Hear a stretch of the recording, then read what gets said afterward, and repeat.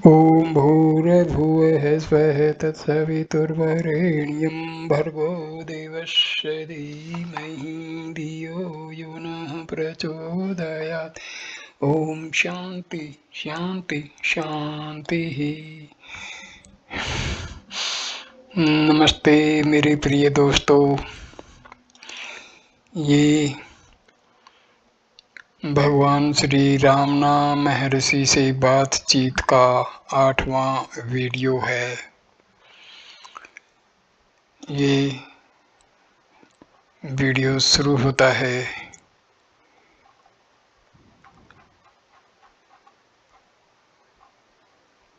77वीं बातचीत से। श्री भगवान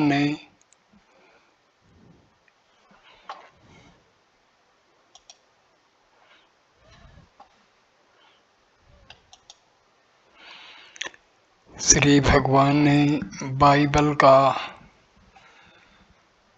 उदाहरण देते हुए पाम 46 फाउंड इन द एक्लेसियस्ट्स कहा, शांत हो जाओ और जान लो कि मैं ईश्वर हूँ। केवल एक ही है, अन्य कुछ भी नहीं, तथा बुद्धिमान का हृदय दक्षिण भाग में स्थित है और मूर्ख का वाम में। 78वीं बातचीत। मसूला के एक व्यक्ति ने जिज्ञासा की, आत्मा की अनुभूति कैसे करें? महर्षि ने उत्तर दिया, प्रत्येक व्यक्ति अपने जीवन के प्रत्येक क्षण में आत्मा का अनुभव कर रहा है भक्त, परंतु जैसी आकांक्षा है उस प्रकार आत्मा का अनुभव नहीं हो रहा। महर्षि का उत्तर, हाँ, वर्तमान अनुभव विपरीत है, वास्तविकता से भिन्न है। जो नहीं है उसे भ्रमवश, जो है उसे युक्त कर लिया जाता है। भक्त, आत्मा को कैसे जाने? महर्षि का उत्तर, आत्मा के आंतर में खोज नहीं होती, खोज अनंत आत्मा की ही हो सकती है। केवल अनात्मा का ही लोप हो सकता है। आत्मा सदैव स्वयं प्रत्यक्ष होने से स्वयं अपने आप में प्रकाशित होगी। आत्मा को अनेक नामों से कहा जाता है, आत्मा, ईश्वर, कुंडलिनी, मंत्र आदि। इनमें से किसी को भी अपना लो और आत्मा व्यक्त हो जाएगी। आत्मा से भिन्न ईश्वर नहीं है। इस समय कुंडली मन के रूप में प्रकट हो रही है। मन के मूल को खोजने पर कुंडलिनी प्रकट होती है। मंत्र के जब से अन्य विचारों का लोप होकर मंत्र पर ध्यान केंद्रित होता है, अंततः मंत्र आत्मा में विलय होकर आत्म रूप प्रकाशित होता है। भक्त, आत्मज्ञान हेतु गुरु की आवश्यकता कब तक रहती है? महर्षि का उत्तर, जब तक लघु हल्का है तब तक गुरु भारी की आवश्यकता रहती है। लघु का कारण है स्वयं आरोपित किंतु भ्रम से अपने आप आत्मा को सीमित मानना। ईश्वर आराधना के फल स्वरूप उनसे दृढ़ भक्ति प्राप्त होती है, जिससे समर्पण होता है। भक्त के समर्पण के फल स्वरूप ईश्वरीय कृपा गुरु के रूप में व्यक्त होती है। गुरु जो वास्तव में ईश्वर ही है, भक्त का मार्गदर्शन कर बताता है कि ईश्वर तुम में है और वह आत्मा है।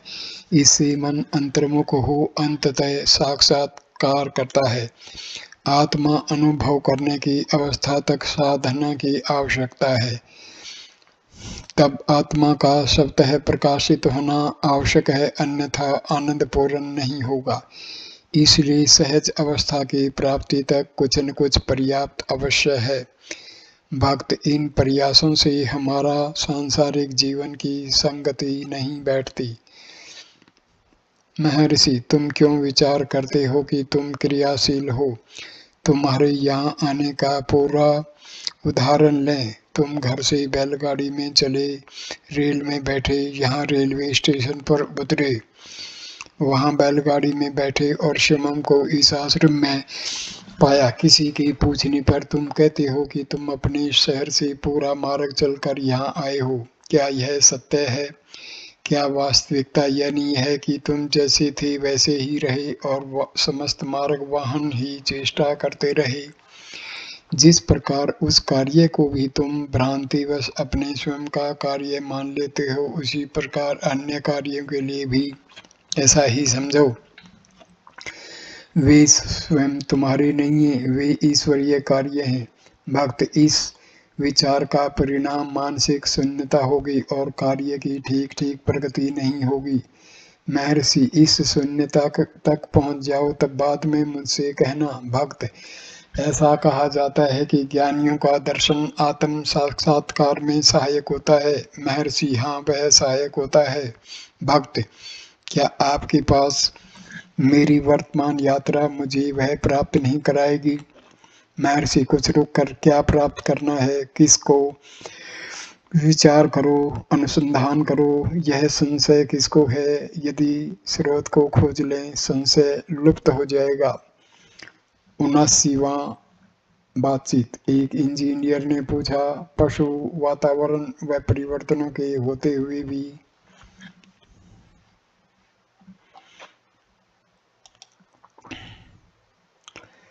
अपने प्राकृतिक नियमों का पालन करते हुए दिखते हैं, जबकि मनुष्य सामाजिक नियमों का उल्लंघन करता है तथा किसी भी निर्धारित नियत से बंधा हुआ नहीं है। पशु तो पूर्ववत आचरण कर रहे हैं, परंतु मानव पतन की ओर जाता हुआ प्रतीत होता है।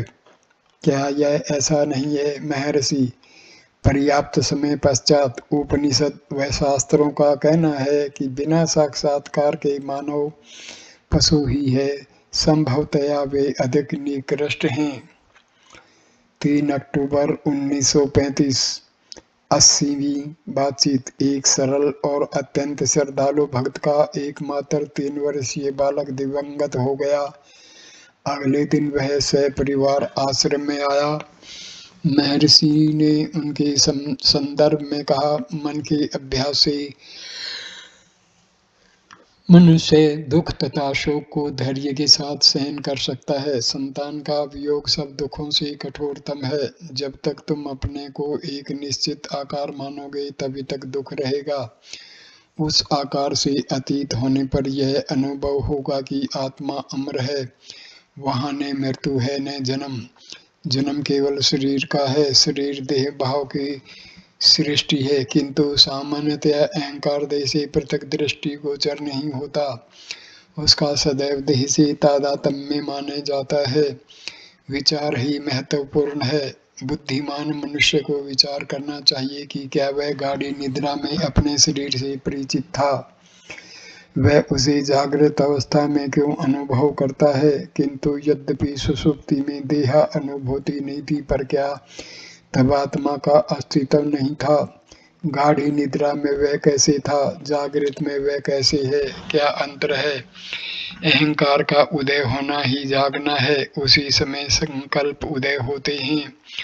उसको मालूम करने दो कि संकल्प किसको हैं, वे कहाँ से उदय होते हैं। उनका उदय चैतन्य आत्मा से ही हो सकता है।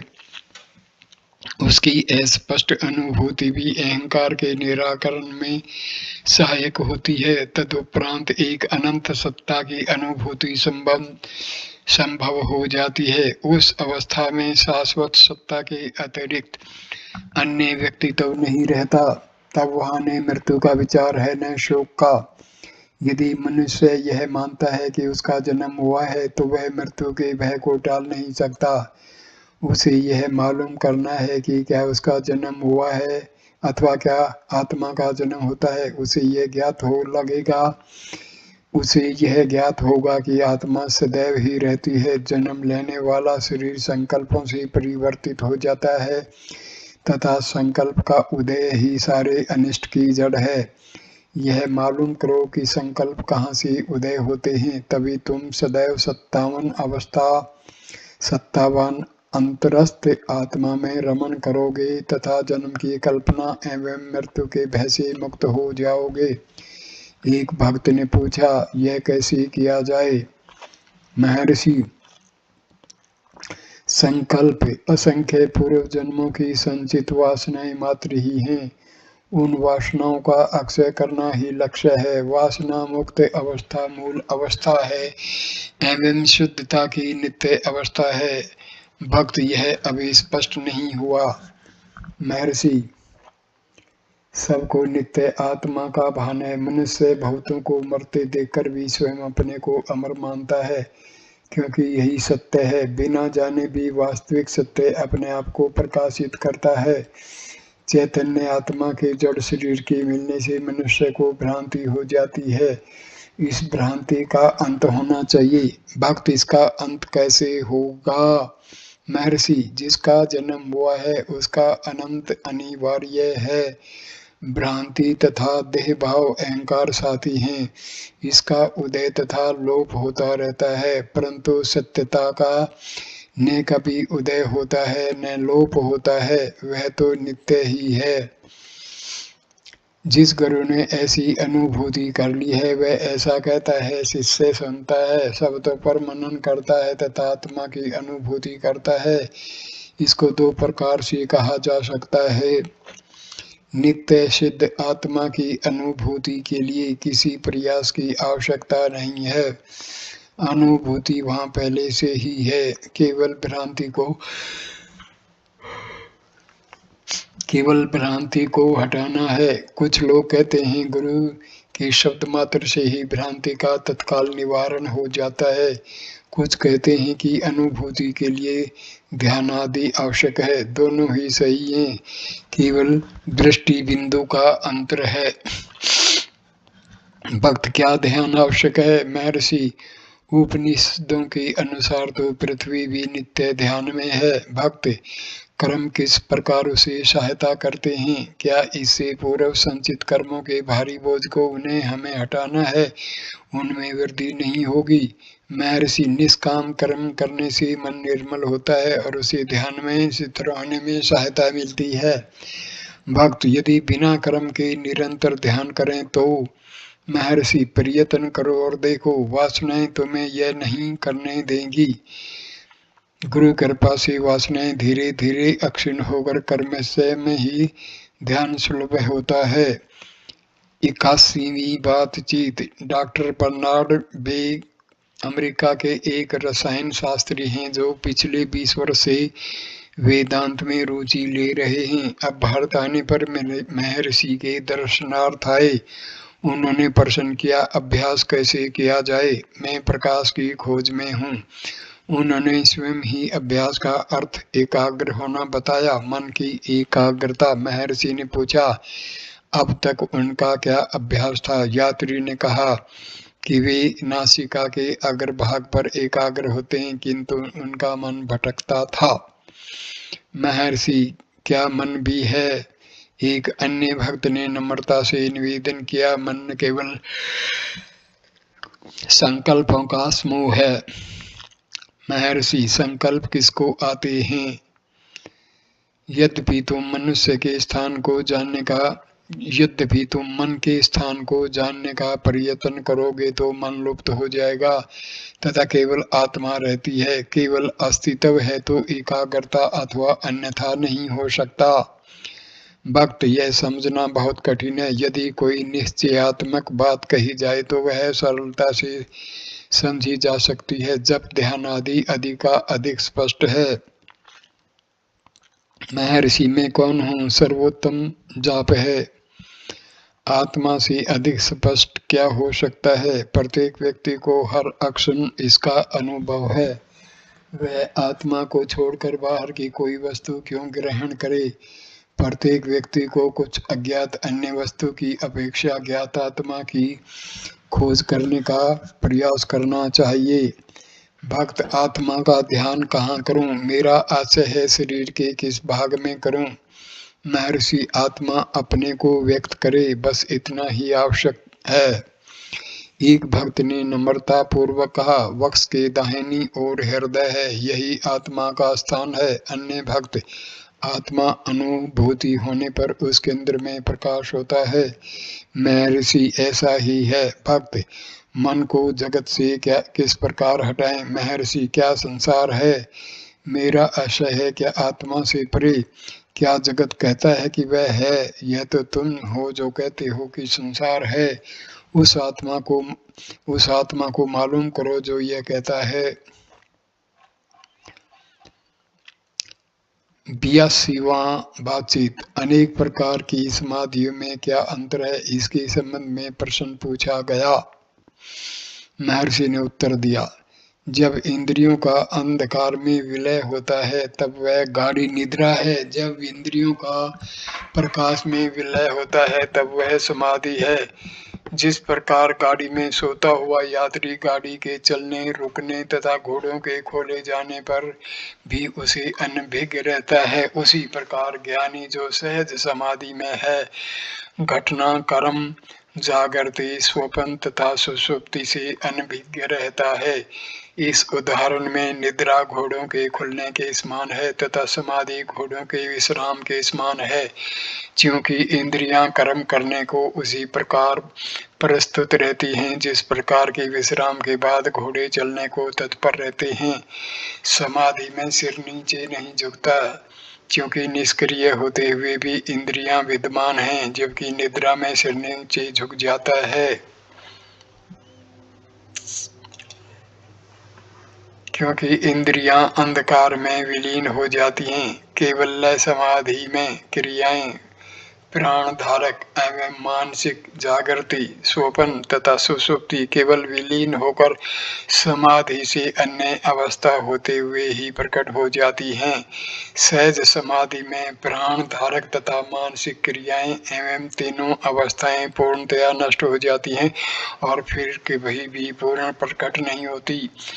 यद्यपि अन्य व्यक्ति ज्ञानी को खाता, बात करता, चलता देखकर उसे क्रियाशील मानते हैं, वह स्वयं इन क्रियाओं से अनभिज्ञ रहता है, जबकि अन्य व्यक्तियों को उसकी सक्रियता का भान है। ये क्रियाएं उसकी देह की हैं, उसके स्वरूप की नहीं। जहाँ तक उसका संबंध है वह सोते हुए उस यात्री अथवा उस बालक के समान है जिसे गहन निद्रा में बाधा डालकर दुग्ध पान करा दिया जाए, जिसका उसे भान नहीं है। अगले दिन बालक कहता है कि मैंने दूध बिल्कुल नहीं पिया तथा मैं बिना उसके सो गया था। स्मरण कराने पर भी उसे विश्वास नहीं कराया जा सकता। सहज समाधि में भी ऐसा ही है। सुषुम्ना परालीन। यहाँ सुषुम्ना तपो मार्ग का निर्देश करती है तथा परा नाड़ी ज्ञान मार्ग का निर्देश करती है। 83वीं बातचीत। महर्षि ने कुछ भक्तों की कथा सुनाते हुए बताया कि श्री कृष्ण ने एकनाथ की 12 वर्ष तक सेवा की तथा पांडुरंग द्वारा किस प्रकार सक्कुबाई को गृह के कारागार से मुक्त कर पंढरपुर की यात्रा करने में सहायता की। तत्पश्चात महर्षि ने 1896 में मथुरा के तिरुवन्नमलाई जाते समय एक रहस्य में मौलवी के प्रकट होने का संस्मरण सुनाया कि वह किस प्रकार प्रकट हुआ, बातचीत की तथा अचानक अदृश्य हो गया। 84वीं बातचीत। श्री ग्रांटफ ने महर्षि से पूछा, क्या किसी नेवले को आपसे कोई संबंध था? महर्षि ने कहा, हाँ, आर्द्र तथा जयंती के अवसर पर मैं पर्वत पर सकंदाश्रम में निवास करता था। नगर से बहुत से यात्री पर्वत पर चढ़कर आ रहे थे। एक नेवला सामान्य आकार से बड़ा, सुनहरे रंग का, न कि सामान्य नेवलों की तरह भूरे रंग का तथा जंगली नेवले की पूंछ के काले बिंदु से रहित, जन समुदाय के मध्य निर्भय विचर रहा था। लोगों ने इसे भीड़ में से किसी व्यक्ति का पालतू नेवला समझा। जानवर सीधा विरूपाक्ष गुफा के समीप झरने में स्नान करते पलानी स्वामी के निकट गया। उन्होंने नेवले को सहलाया तथा उसे प्यार से थपथपाया। नेवला उनके साथ गुफा तक गया, कंदरा के प्रत्येक कोनों तथा स्थानों का निरीक्षण किया तथा तदुपरांत जन समुदाय के साथ सकंदाश्रम तक आया। मैंने उसे देखा, उसके आकर्षक रूप तथा उसकी निशंक चेष्टा से सभी चकित थे। नेवला मेरे पास आया, मेरी गोद में बैठ गया और कुछ देर तक विश्राम करता रहा। फिर वह उठा और चारों ओर देखकर नीचे उतरने लगा। वह पूरे आश्रम का चक्कर लगाता रहा और मैं असावधान यात्री अथवा मोरों से उसको कदाचित हानि से बचाने हेतु साचार चलता रहा। वहां के दो मोर उसे उत्सुकता के साथ देख रहे थे, किंतु नेवला एक जगह से दूसरी ओर अविचलित भाव से फिरता रहा तथा अंत में आश्रम की दक्षिणी पूर्व चट्टानों में अदृश्य हो गया। 85वीं बातचीत। उन्हीं महर्षि ने महर्षि से स्मृति व इच्छा की मुख्य आपसी संबंध के बारे में तथा उनका मन से क्या संबंध है इसके बारे में प्रश्न किया। महर्षि ने उत्तर दिया, ये मन के कार्य हैं। मन अहंकार का परिणाम है तथा अहंकार आत्मा से उदय होता है। 6 नवंबर 1935। 86वीं बातचीत। महर्षि ने ईसाई मत का वास्तविक महत्व इस प्रकार समझाया। ईसा अहंकार है, सलीब देह है। जब अहंकार को सलीब पर चढ़ाया जाता है और वह नष्ट होता है, जो सुविसृत है वह पूर्ण ब्रह्म है। तुलना करें, मैं और मेरे पिता एक हैं और बाद के इस श्रेष्ठ जीवन का पुनर्जीवन कहते हैं। 87वीं बातचीत। एक निष्ठावान अंग्रेज भक्त मेजर A.W. चार्डविक ने प्रश्न किया, ईसा मसीह ने सलीब पर चढ़ाए जाते समय मेरे प्रभु क्यों पुकारा? महर्षि, संभवतः प्रभु के लिए उनकी यह पुकार उनके साथ ही दो अन्य सलीब पर चढ़ाए जाने वाले चोरों के लिए थी। फिर ज्ञानी ने तो जीवित अवस्था में ही यहाँ और अभी मुक्ति प्राप्त कर ली है। इसका कोई महत्व नहीं कि वह कैसे, कहाँ और कब अपने शरीर का त्याग करता है, किंतु ज्ञानियों को कष्ट होता सा प्रतीत होता है। अन्य समाधिस्थ हो सकते हैं तथापि दूसरी मृत्यु से पूर्व दृष्टि से ओझल हो सकते हैं, पर इससे उनके ज्ञान में कोई अंतर नहीं पड़ता। इस तरह के कष्ट का आभास दर्शक को ही होता है, ज्ञानी को नहीं, क्योंकि वह पहले से ही आत्मा एवं शरीर की मिथ्या एकता की सीमा को पार कर चुका है। 88वीं बातचीत। उपरोक्त महाशय ने प्रश्न किया, संत पाल के दिव्य दर्शन में ईसा का क्या महत्व है? महर्षि ने जवाब दिया, दिव्य दर्शन पूर्ण है, उसका आकार से संबंध नहीं है। जब संत पाल को आत्म अनुभव हुआ तब उस प्रकाश को उन्होंने ईसा का प्रकाश माना। भक्त किंतु तब तक पाल ईसा के प्रेमी नहीं थे। महर्षि, प्रेम तथा घृणा का कोई महत्व नहीं है, ईसा का भाव मन में था ही। यह रावण जैसी स्थिति थी। ईसा का प्रकाश तथा आत्म साक्षात्कार एक ही है। 89वीं बातचीत। कपूर की आरती ज्ञान के प्रकाश से मन के नष्ट होने की प्रतीक है। विभूति शिव है तथा कुमकुम शक्ति है। विभूति दो प्रकार की है, परा विभूति तथा अपरा विभूति। पवित्र विभूति अपरा है। साक्षात्कार की अग्नि से जब सारा मैल नष्ट हो जाता है तब जो शेष रहता है उसे परा कहते हैं। यह पर ब्रह्म है। 90वीं बातचीत। ईसाई धर्म की त्रयी इस प्रकार स्पष्ट की गई। प्रभु पिता ईश्वर के सदृश हैं, प्रभु पवित्र आत्मा आत्मा के सदृश हैं, प्रभु पुत्र गुरु के सदृश हैं। ईश्वरो गुरु आत्मेति मूर्ति भेदा विभागिने व्योमवेदे व्याप्ति देहाय दक्षिणामूर्तये नमः। आशय यह है कि ईश्वर भक्तों को गुरु ईश्वर का पुत्र रूप में दर्शन देता है तथा पवित्र आत्मा की ही सर्व व्यापकता को प्रकट करता है, अर्थात ईश्वर आत्मा है तथा यह आत्मा सर्वत्र व्याप्त है तथा आत्मा का साक्षात्कार आवश्यक है, जो कि ईश्वर के साक्षात्कार के तुल्य है। 91वीं। एक बंगाली यात्री ने प्रश्न किया कि मन पर नियंत्रण कैसे करें? महर्षि ने जवाब दिया, तुम मन किसे मानते हो? भक्त, जब मैं ईश्वर पर विचार करने बैठता हूँ तो विचार अन्य विषयों में भटकने लगते। मैं इन विचारों पर स्वयं संयम करना चाहता हूँ। महर्षि, भगवत गीता में ऐसा कहा गया है कि मन का स्वभाव ही चंचल है। व्यक्ति को अपने विचारों को ईश्वरोन्मुख करना चाहिए। चिरकालीन अभ्यास से मन संयमित तथा शिथिल हो जाता है। मन की चंचलता एक दुर्बलता है जो संकल्पों के रूप में और उसकी कारण शक्ति के अव्यय से उत्पन्न होती है। मन के एक ही विचार पर केंद्रित करने से शक्ति का संचय होता है तथा मन एक अधिक बलवान होता है। भक्त मन की शक्ति से क्या तात्पर्य है? महर्षि बिना किसी विक्षेप के एक ही विचार पर एकाग्र होने की योग्यता। भक्त यह कैसे प्राप्त होता है? महर्षि अभ्यास द्वारा एक भक्त ईश्वर का ध्यान करता है, ज्ञान मार्ग का साधक आत्मा की खोज करता है। दोनों के लिए साधना एक सी कठिन है। भक्त मन को आत्मा की खोज में संलग्न करने पर भी काफी समय तक संघर्ष करने के बाद मन में व्यक्ति को धोखा देने लगता है। मन की इस दुष्टता की जानकारी व्यक्ति को बहुत बाद में होती है। महर्षि ऐसा तो होगा ही।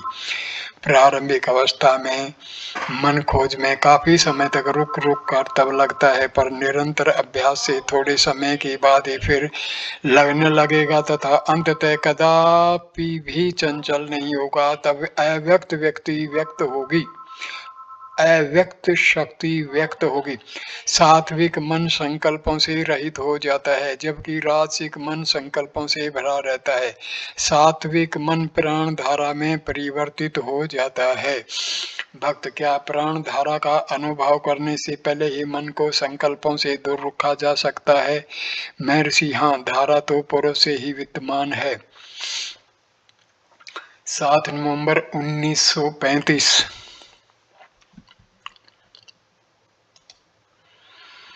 एक यात्री ने पूछा, एक मत है कि 92 बातचीत। एक यात्री ने पूछा, एक मत है कि स्थूल पदार्थों पर ही ध्यान का अभ्यास करना उचित है। मन के नष्ट करने का निरंतर अभ्यास घातक हो सकता है। महर्षि किसके लिए घातक हो सकता है? क्या आत्मा से परे भी कोई हनन हो सकता है? शाश्वत मैं असीमित समुद्र है। अहंकार मैं भाव इस पर एक बुलबुला मात्र है जिसे जीव कहते हैं, अर्थात जीवात्मा। बुलबुला भी जल ही है, जब वह फूटता है तब केवल समुद्र में मिल जाता है। बुलबुले के रूप में भी यह सागर का ही एक अंश है। उस सहज सत्य से अनभिज्ञ होने के कारण अनेक विवरण वाले असंख्य मार्गों, योग, भक्ति, कर्म आदि का प्रत्येक फिर अनेक रूपांतर सहित साधकों को बड़े कौशल एवं जटिल विस्तार से बताई जाती हैं जो उनके मन को और भी अधिक मोहित एवं भ्रमित कर देती हैं। अनेक धर्म, पंथ तथा मत भी इसी प्रकार हैं। इन सब का उद्देश्य क्या है? केवल आत्मा को जानने के लिए ये आत्मा के ज्ञान के साधन तथा अभ्यास है।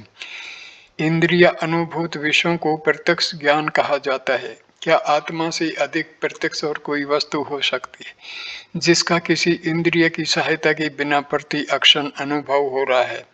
इंद्रिय अनुभूति तो अप्रत्यक्ष ज्ञान ही हो सकता है, प्रत्यक्ष नहीं। केवल स्वयं की चेतना ही प्रत्यक्ष ज्ञान है, जैसा कि प्रत्येक का अनुभव है। व्यक्ति को स्वयं अपनी आत्मा को पर्याप्त चेतना को जानने के लिए किसी अन्य की सहायता की आवश्यकता नहीं है।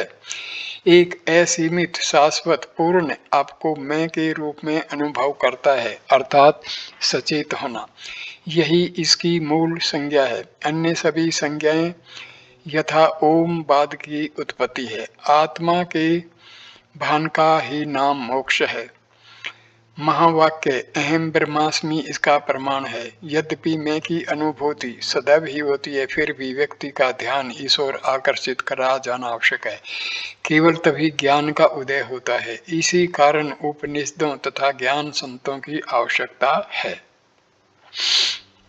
9 नवंबर 1935।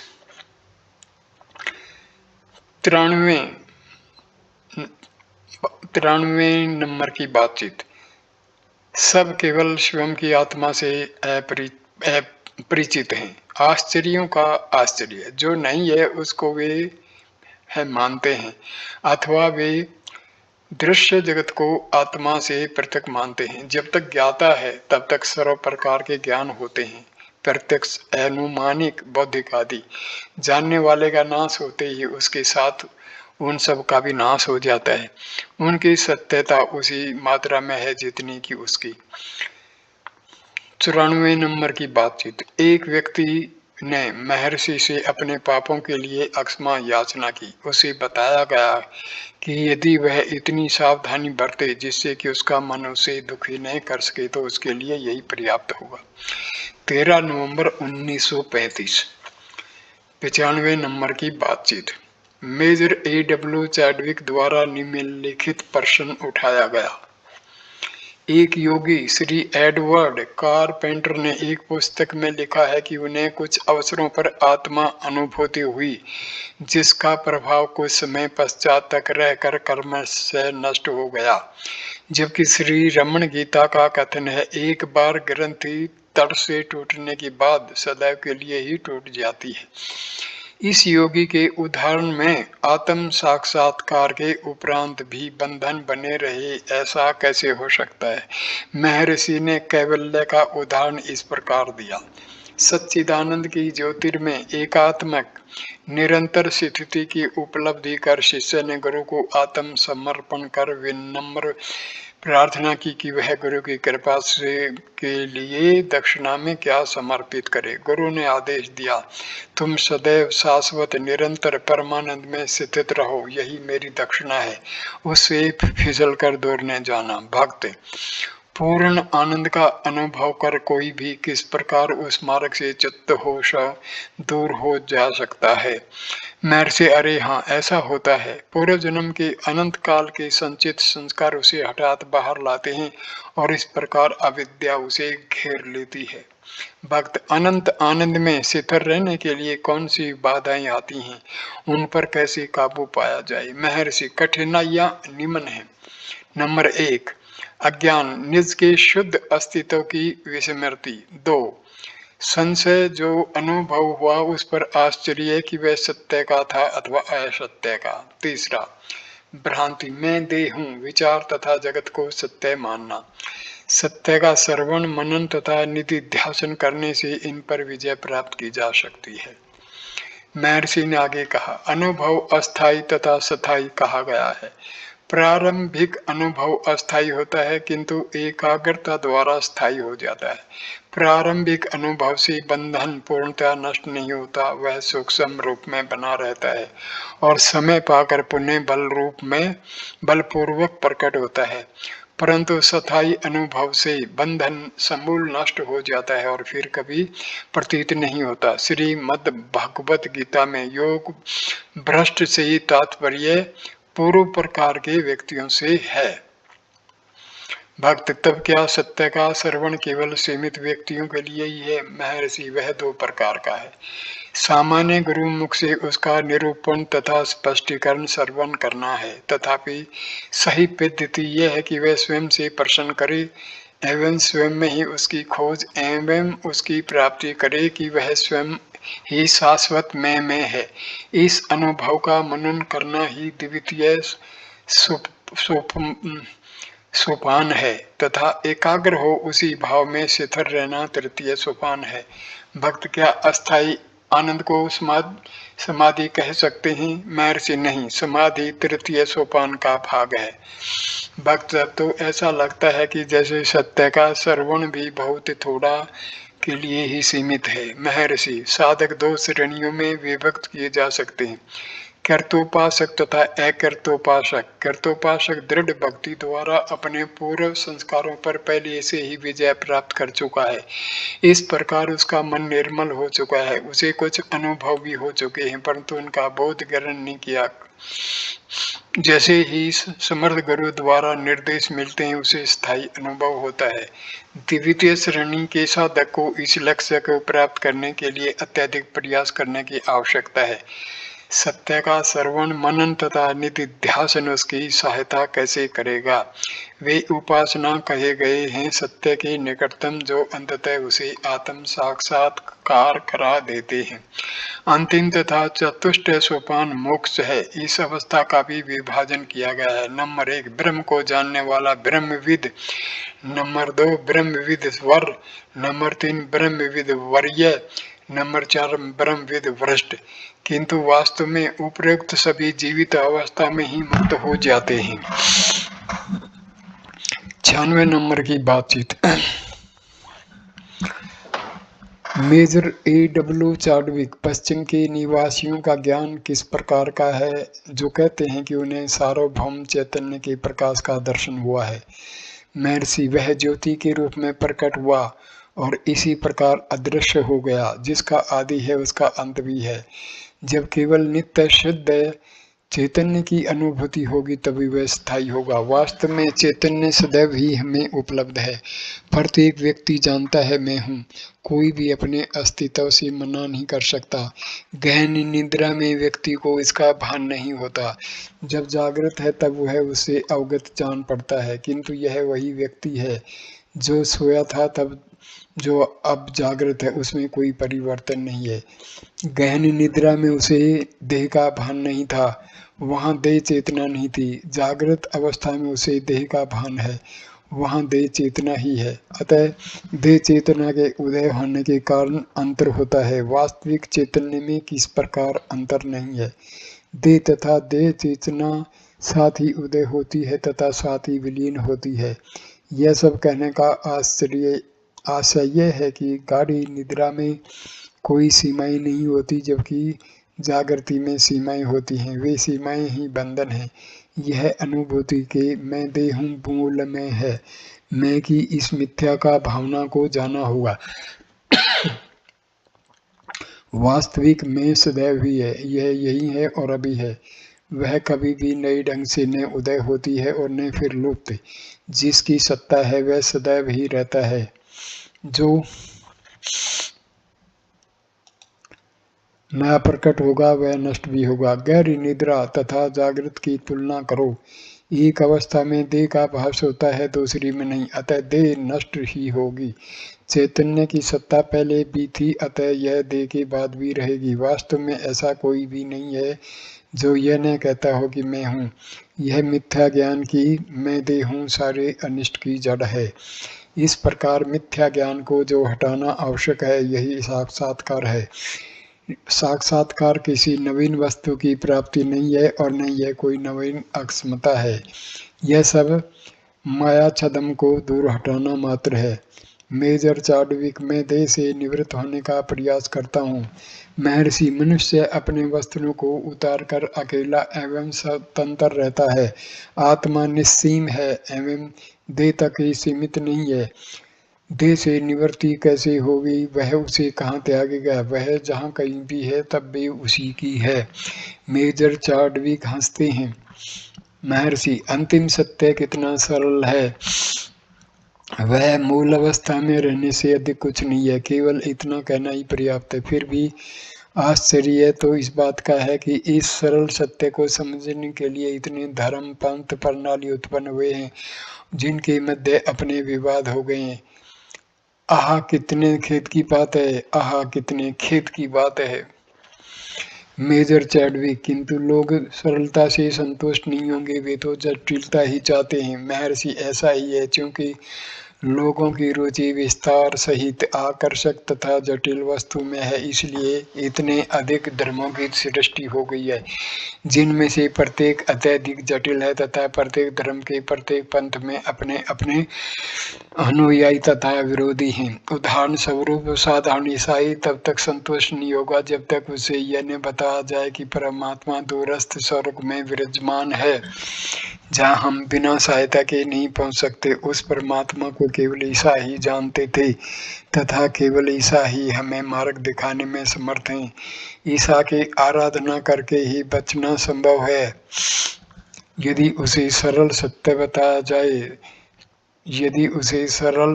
बताया जाए, स्वर्ग का राज्य तुम्हारे अंदर ही विद्यमान है, वह संतुष्ट नहीं होगा तथा ऐसे व्यक्तियों में गूढ़ तथा विलक्षण अर्थ खोजने लगेगा। केवल परिपक्व मस्तिष्क ही सरल सत्य को, पूर्ण वास्तविकता को ग्रहण करने में समर्थ होते हैं। फिर मेजर चाडविक ने ध्यान के समय एक निश्चित अनैच्छिक भय की चर्चा की, जो आत्मा को स्थूल देह से अलग होती है। होती हुई अनुभव करते हैं तथा यह अनुभूति भय उत्पन्न करती है। महर्षि, यह भय किसको है? यह सब शरीर को आत्मा के समान मानने का परिणाम है। वियोग के अनुभव की पुनरावृत्ति उसे परिचित करा देगी और भय नहीं रहेगा।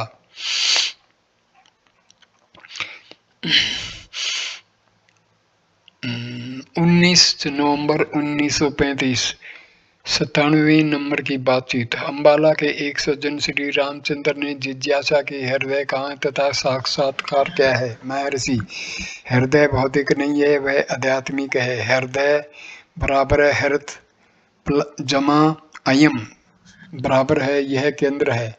यहाँ से संकल्प तय होते हैं, उसी पर वे ठहरते हैं तथा वहीं पर वे खुल जाते हैं। संकल्प ही मन का विषय है तथा वे ही जगत की सृष्टि करते हैं। हृदय सबका केंद्र है। यतो वा इमानी भूतानि जायन्ते, जिससे यह जीव उत्पन्न होते हैं उसे उपनिषदों में ब्रह्म कहा गया है। वह हृदय ही है, ब्रह्म ही हृदय है।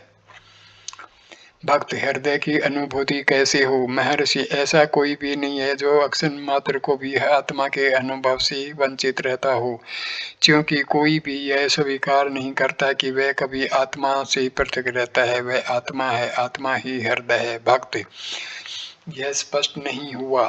महर्षि, गहन निद्रा में तुम्हारी सत्ता होती है, जागृति में तुम रहते हो।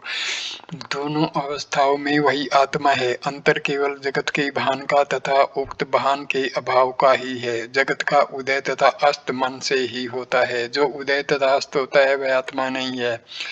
आत्मा भिन्न वस्तु है, मन को उत्पन्न करती है, जीवित रखती है तथा विलीन कर देती है। इस प्रकार आत्मा अंतर्निहित मूल स्रोत है।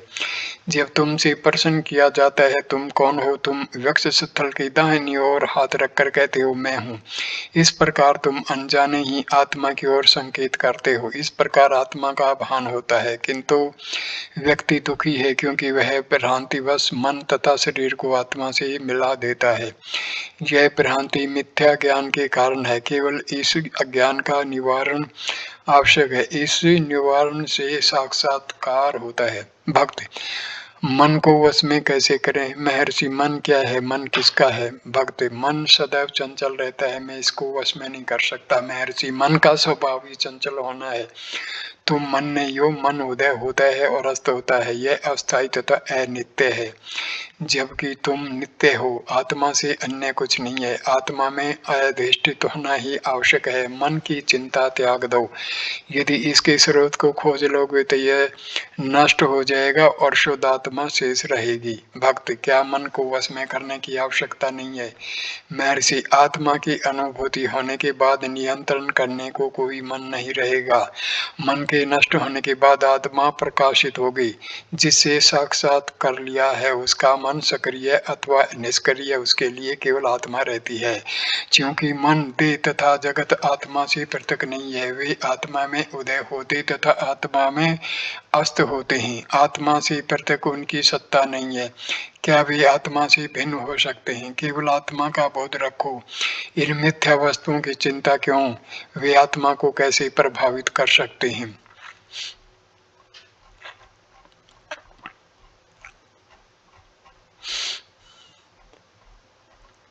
98वें नंबर की बातचीत।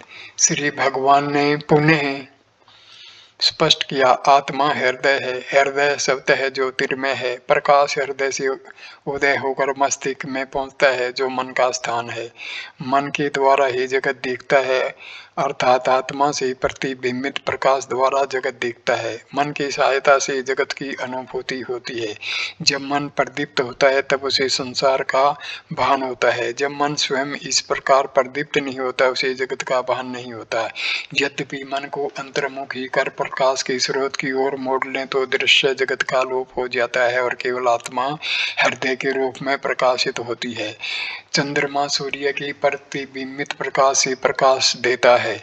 सूर्य के अस्त होने पर चंद्रमा का प्रकाश पदार्थों को भासित कराने में सहायता करता है। जब सूर्य उदय हो जाता है चंद्रमा से किसी को प्रयोजन नहीं रहता। यद्यपि चंद्रमा का मंद बिंब पर आकाश में दिखता है मन तथा हृदय के साथ भी ऐसा ही है। मन हृदय की प्रतिबिंबित ज्योति के कारण ही उपयोगी है। इसका उपयोग दृश्य पदार्थों को देखने के लिए इसके अंतर्मुखी होने पर ज्योति का मूल स्रोत स्वयं प्रदीप्त हो उठता है और मन दिन के चंद्रमा की भांति मंद तथा व्यर्थ हो जाता है।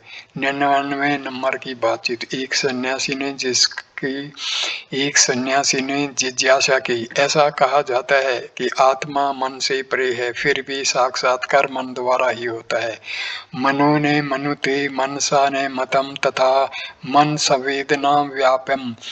मन उसका मनन नहीं कर सकता, मन उस पर विचार करने में समर्थ नहीं तथा मन ही उसका अनुभव कर सकता है। इन विरोधाभासों में समाधान कैसे हो? महर्षि, आत्मा का ज्ञान मृत मनस अर्थात संकल्प शून्य तथा अंतर्मुखी मन से होता है। तब मन स्वयं के स्रोत को देखकर वही हो जाता है। यह दृष्टा द्वारा दृश्य को देखने जैसा नहीं है। जब कमरे में अंधकार होता है तो प्रकाश के लिए दीपक और पदार्थों को देखने के लिए चक्षुओं की आवश्यकता होती है, किंतु सूर्य के उदय हो जाने के पश्चात किसी दीपक की आवश्यकता नहीं होती और दृश्य पदार्थ दिखते हैं। सूर्य को देखने के लिए किसी दीपक की आवश्यकता नहीं है। स्वयं प्रकाशित सूर्य की ओर तुम अपने नेत्रों को मोड़ लो, यही पर्याप्त है। मन के साथ भी ऐसा ही है। दृश्यों को देखने के लिए मन के प्रतिबिंबित प्रकाश की आवश्यकता है। हृदय को देखने के लिए मन को अंतर्मुख करना ही पर्याप्त है। तब मन अपने आप को खोल लेता है तथा हृदय प्रकाशित होता है।